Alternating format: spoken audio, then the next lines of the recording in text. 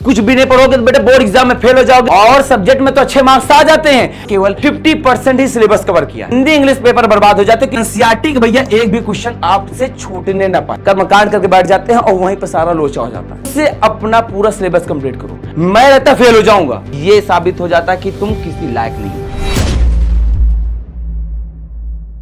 प्यारे बच्चों, आज हम बात करने वाले हैं कि लास्ट 30 डेज में कैसे बोर्ड एग्जाम की तैयारी करनी है। अगर आपने कुछ भी नहीं पढ़ा, किसी कारणवश में नहीं पढ़ा है, और जैसे डेट शीट आई आपकी टेंशन एकदम से हाई हो गई, क्योंकि आपने कुछ तैयारी तो की नहीं, डर और बढ़ गया।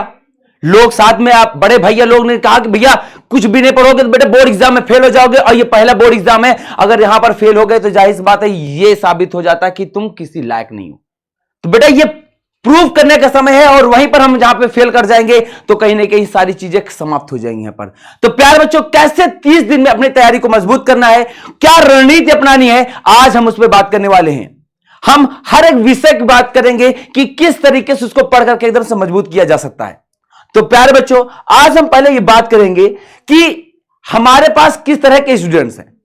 हमारे भैया 3 प्रकार के स्टूडेंट्स यहां पे मिलने वाले हैं, और बेटा एक बात जान लो, सही तरीके से स्वीकार भी करना कि हां तुम इसी लेवल के हो, क्यों बेटा, तभी जाके हमारी जो स्ट्रेटजी है वो सही तरीके से काम आने वाली। हम यहां पे बात करने वाले हैं उन छात्रों के बारे में जिन्होंने अब तक की बात की है, जिन्होंने अभी तक केवल 0 से केवल 50% ही सिलेबस कवर किया है। फिर कुछ ऐसे बच्चे होंगे जिन्होंने लगभग 50 से 90% यानी 90% तक सिलेबस उन्होंने कवर कर लिया है, और कुछ ऐसे बच्चे होंगे जिन्होंने अपना पूरा सिलेबस कंप्लीट कर लिया होगा। लेकिन बात यही आई कि जैसे ही डेट शीट आई टेंशन सभी को बढ़ जाती है, और इस टेंशन को जैसे कहीं ना कहीं चीजें और भी खराब होने लगती है। और दूसरी सबसे बड़ी बात, जब हम लोग प्री बोर्ड देते हैं, बेटा प्री बोर्ड को इतना हवा मत मानना कि अब बहुत टफ है यार, अब कैसे होगा, उसका रिजल्ट की वजह से डिप्रेशन में जाने की कोशिश मत कर, यार मैं रहता फेल हो जाऊंगा, ऐसे विचार मत लाना। उसको बस एकदम लाइटली लो। बस एग्जाम में एक ये सोचो कि आपने स्कूल का एक छोटा एग्जाम दे दिया है, एक मंथली एग्जाम दे दिया, दैट्स इट। आपका पूरा फोकस आपके बोर्ड एग्जाम में होना चाहिए। तो आज आप कुछ भी नहीं पढ़े हो, आपने लगभग 90% सिलेबस कंप्लीट कर लिया है, या आपने फिर पूरा सिलेबस कंप्लीट कर लिया है, हम हर एक बच्चे को बताएंगे कि कैसे करके वो बोर्ड एग्जाम में बेहतरीन कर सकते हैं। ओके, तो बात करते हैं कि अगर आपने कुछ भी नहीं पढ़ा और फिर आप तैयारी करना चाह रहे हैं, तो प्यारे बच्चों, अगर आप बेसिक से समझोगे तो सारी चीजें और बेहतरीन हो जाएंगी। तो करना क्या है, सबसे पहले याद रखना बेटा कि 15 फरवरी तक आपको पूरा सिलेबस एकदम से कंप्लीट कर लेना है। अब बात है कि सब 15 फरवरी तक ही क्यों, बेटा एक बात याद रखना, क्योंकि आप ये जान लेना कि अगर 15 फरवरी से आप डिले करोगे तो बेटा आपके पास बहुत कम दिन बचेंगे, क्योंकि 24 फरवरी से आपका बोर्ड एग्जाम स्टार्ट हो जाएगा। अब 24 फरवरी से अगर बोर्ड एग्जाम स्टार्ट है तो भैया बीच में हमें कुछ रिवीजन का भी समय चाहिए, रिवीजन भी तो हमें करना है। यानी इन एनी हाउ अगर आपने कुछ भी नहीं पढ़ा, 90% में पढ़े, कुछ भी पढ़े हो, तो आपको पहले बात जान लेना है कि भैया 15 फरवरी तक अपना पूरा सिलेबस कंप्लीट करना है। अब चाहे तुम अभी से कर रहे हो, मतलब 1 जनवरी से देख रहे हो वीडियो, या फिर तुम 15 जनवरी से देख रहे हो, कभी भी किसी डेट से स्टार्ट कर दिए हो, इससे कोई मतलब नहीं है। मतलब यह है कि आपको 15 फरवरी तक पूरा सिलेबस कंप्लीट करना इन एनी हाउ, क्योंकि हमें बीच में थोड़ा सा टाइम देना अपने सारे चैप्टर्स को रिवीजन करने का, क्योंकि रिवीजन से ही सारी चीजें और अच्छी होंगी। तो बात एकदम से क्लियर रखना कि पहली बात कि हमें 15 फरवरी तक पूरा सिलेबस कंप्लीट कर लेना ही लेना है। अच्छा, अब करना कैसे है, उसके क्या हैक्स हैं, कैसे तरीके हैं, कौन से तरीके हैं, क्या करना है, तो अब हम उन पे बात करने वाले हैं जिससे हम अपनी तैयारी को एकदम से मजबूत कर सकें। तो पहले क्या करना है, आपको सभी विषय से, जितने भी विषय हैं उन सभी विषय में उसके जितने चैप्टर्स ना उनको सेगमेंट डिवाइड करो। कैसे कि कुछ जैसे पहले चैप्टर, दूसरे चैप्टर, कुछ ऐसे चैप्टर होते हैं जो लगभग आपको एकदम से तैयार होते हैं, तो उन पे मत उलझे रहो कि फिर से स्टार्टिंग करना है तो हम पहले चैप्टर से पढ़ना शुरू कर देते हैं। बेटा अब हमारे पास इतना वक्त नहीं है कि उसी चैप्टर को बार बार रिवाइज करें। तो जो चैप्टर हमें एकदम से याद है उन पे हमें फोकस नहीं करना है। तो फोकस हमें किसे करना है? जो आपको याद नहीं है या फिर जो आपको थोड़ा बहुत याद है, इन दो सेगमेंट में आपको ज्यादा फोकस करना है। जैसे हम बात करते हैं विज्ञान के 13 चैप्टर्स हैं, तो 13 चैप्टर से मान लो पहले दूसरे चैप्टर्स आपको अच्छे से तैयार हैं, तो बेटा आपको 11 चैप्टर्स जो बचे हैं उन पे ज्यादा फोकस करना है, ना कि वो 2 चैप्टर्स पे। जो याद है उस पे फोकस हमें करना ही नहीं है, टाइम वेस्ट नहीं करना बेटा।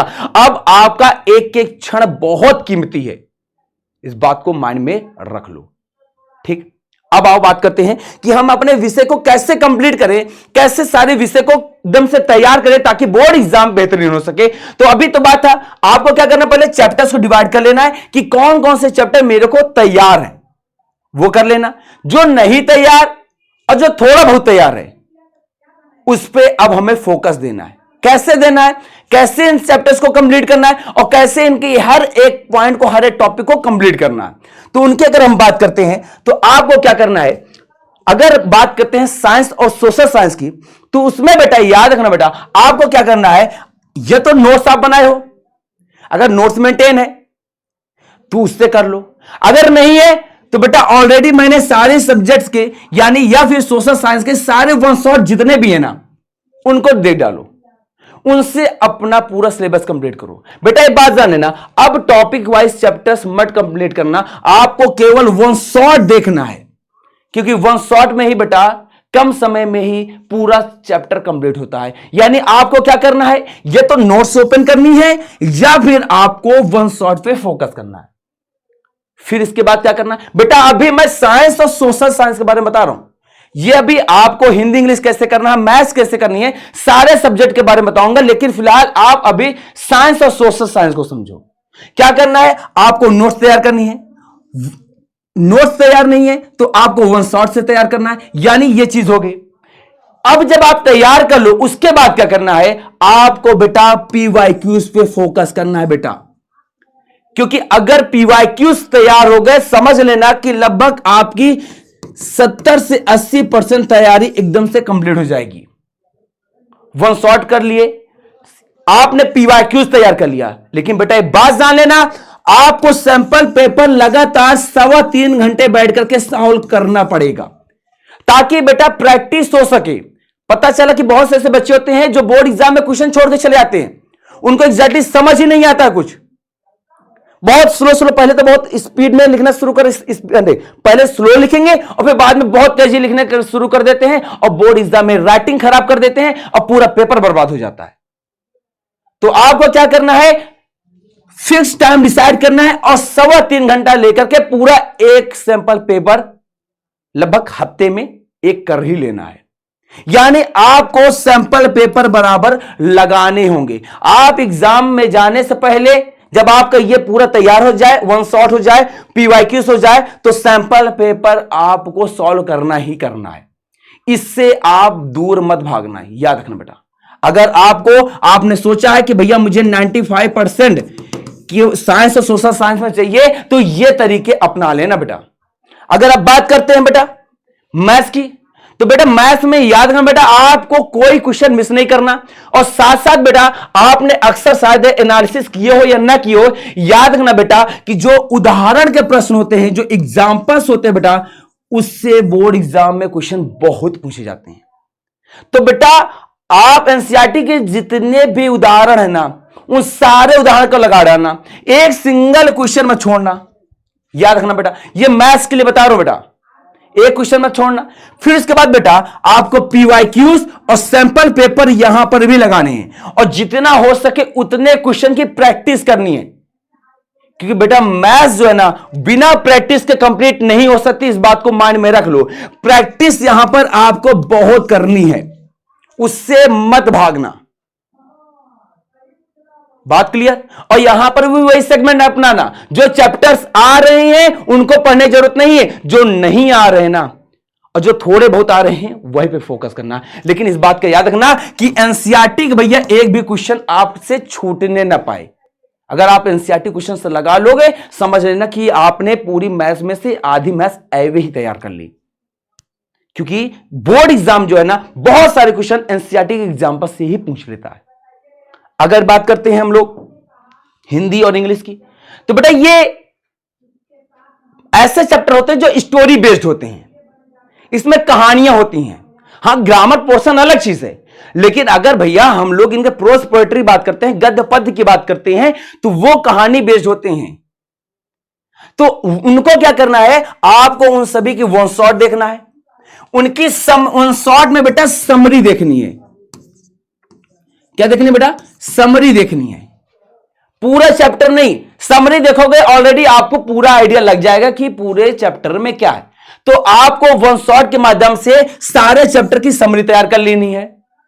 फिर उसके बाद क्या करना है, आपको बेटा क्वेश्चंस लगानी है, क्वेश्चन को एनालिसिस करना है, और जितना हो सके बेटा उसको राइटिंग की प्रैक्टिस करनी है। क्योंकि बेटा क्या होता है कि बोर्ड एग्जाम में और सब्जेक्ट में तो अच्छे मार्क्स आ जाते हैं, लेकिन हिंदी इंग्लिश पेपर बर्बाद हो जाते हैं, क्योंकि हम लोग हिंदी इंग्लिश को तो एकदम हल्के में ले लेते हैं। हम सोचते हैं कि भैया हिंदी इंग्लिश को तो हम महारथी हैं, हम 3 दिन में पढ़ लेंगे या एक रात को जाग के पढ़ लेंगे, और वही सबसे बड़ी गलती होती है कि वहीं पर हम सबसे बड़ा कर्मकांड करके बैठ जाते हैं और वहीं पर सारा लोचा हो जाता है। आपको इन सारे सब्जेक्ट पे भी बराबर फोकस करना है, हिंदी इंग्लिश को भी बराबर टाइम देना है। डेली आप इनको भी ना 1 घंटा, आधे घंटे जरूर दो। 1 घंटा नहीं दे सकते तो 30 मिनट तो आप दो ही दो, कुछ भी हो जाए आपको ये करना ही पड़ेगा। क्योंकि बेटे याद रखो, ये मत सोचना कि भैया आपने 3 सब्जेक्ट को तैयार करके 300 मार्क्स पा गए, अरे भैया 200 कहां जाएगा। और साथ साथ में बेटा आपका जो ऑप्शनल हो, बेटा ऑप्शनल को हल्के में मत लेना। कुछ बच्चे आर्ट्स लेते हैं, कुछ कॉमर्स लेते हैं, उनको भी कह दे रहा हूं बेटा, उन सभी बच्चों जितने भी हो सके ना उनके वन शॉट लगा लेना। और साथ साथ में बेटा पीवाईक्यूज, सभी सब्जेक्ट के पीवाईक्यूज जितना हो सके उतना तैयार करो, और सैंपल पेपर हर एक सब्जेक्ट का तैयार करो। सैंपल पेपर जितना हो सके उतना प्रैक्टिस करो, उनसे पीवाईक्यूज सर्च करो, तब जाके बेटा तैयारी आपकी मजबूत हो जाएगी। और बेटा गारंटी के साथ कह रहा हूं, जिस तरीके से मैंने बताया है अगर उस तरीके से तुम करोगे तो बेटा याद रखना, बस जो मैंने कहा, जैसे मैंने कहा एकदम वैसे ही करना। कि हिंदी इंग्लिश आई समरी निकालना है, समरी से पूरे चैप्टर तैयार करने हैं, फिर क्वेश्चंस प्रैक्टिस करना है। और ग्रामर में भैया क्या केवल राइट भैया हमारे क्वेश्चन की प्रैक्टिस, और भैया जो इसके निबंध वाली चीजें हैं, ऐसे हैं, उनकी भैया राइटिंग प्रैक्टिस करो, जितना हो सके बेटा राइटिंग प्रैक्टिस करो, तब जाकर आपकी तैयारी बेटा बेहतरीन हो पाएगी। और फिर से कह दे रहा हूं बेटा, ये हाई स्कूल ही एक ऐसा बोर्ड एग्जाम है जहां पर हम लोग अपने आप को पहली बार प्रूव कर पाते हैं कि मैं जो मेरे बारे में विचारधारा रखी जा रही है, मैं किसी लायक नहीं हूं, उससे मैं कहीं गुना अच्छा हूं। बेटा 30 दिन कम नहीं होते हैं, 30 दिन बेटा बहुत वक्त है जहां पर हम बहुत कुछ करके दिखा सकते हैं। तो बेटा अगर अभी से लग जाओगे ना तो बेटा अभी भी वक्त है। अगर इस वीडियो को देखने के बाद भी तुम्हें लग रहा है कि मैं बाद में कर लूंगा, तो बेटा ये तुम्हारी इच्छा, लेकिन फिर से कह दे रहा हूं, अगर ये तुमने सोचा मैं बाद में कर लूंगा और ये वीडियो को भैया स्किप करके जाकर के फिर से शॉर्ट्स देखने लगे, लिख के लेना बेटा, बोर्ड एग्जाम की पहली रात बस जाकर पढ़ने की कोशिश करोगे और बेटा बोर्ड एग्जाम में जो तुम्हारे मार्क्स आएंगे केवल पासिंग मांगोगे, और पासिंग मार्क्स किसी को दिखाने लायक भी नहीं होते हैं। तो अगर थोड़ी सी भी इच्छा जागृत हुई हो इस वीडियो को देख करके तो वीडियो बंद करना और कमेंट में कह देना हाँ सर मैं जा रहा हूं पढ़ने, और जाकर के जिस तरीके से बताया हो उस तरीके से अपना पूरा सिलेबस कंप्लीट कर लेना। तो प्यारे बच्चों, आज हमने पूरी रणनीति के बारे में बात कर ली है। आशा करते हैं आप बोर्ड एग्जाम में बेहतरीन करेंगे। तब तक के लिए नमस्कार, राधे राधे, जय हिंद।